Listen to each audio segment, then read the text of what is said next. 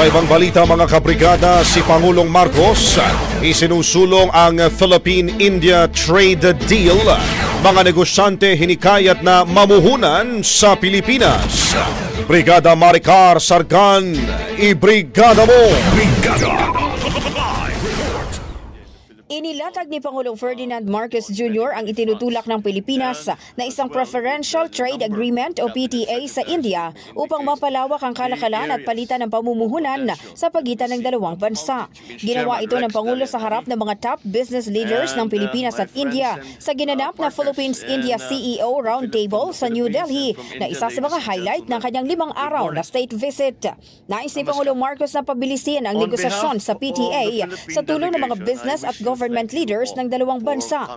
Inatasan na ng punong ehekutibo ang Department of Trade and Industry na manguna sa formal na pakikipag-ugnayan sa India para dito. Kasabay nito hinikayat ng Pangulo ang mga negosyanteng Indian na mamuhunan sa Pilipinas, lalo na sa sektor ng Information and Communications Technology o ICT, Digital Technology, Semiconductors, Renewable Energy, Infrastruktura, Healthcare at Pharmaceutical Industries.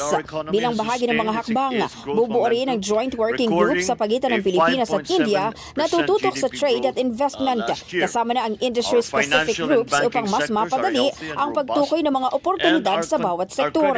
Tiniyak ni Pangulong Marcos sa mga negosyante na handa ang gobyerno na makinig at tumugon sa kanilang pangangailangan at nais niyang makita mismo ng mga investor ang potensyal ng Pilipinas bilang prime investment destination sa Asia.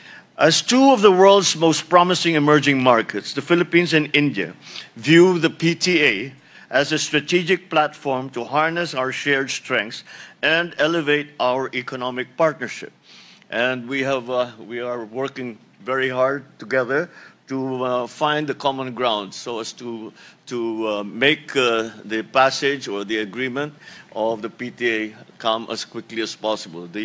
The very fervent discussion we were having here earlier was just precisely about that, and I think we have found ways to quicken the process. In the heart of changing lives, ako si Brigada Maricar Sargan ng 105.1 Brigada News FM Manila, The Music and News Authority. Ang bahaging ito ay hatid sa atin ng Yummy-Vit ES3 Syrup. Simulang tuparin ang pangarap ng iyong anak. And starting now,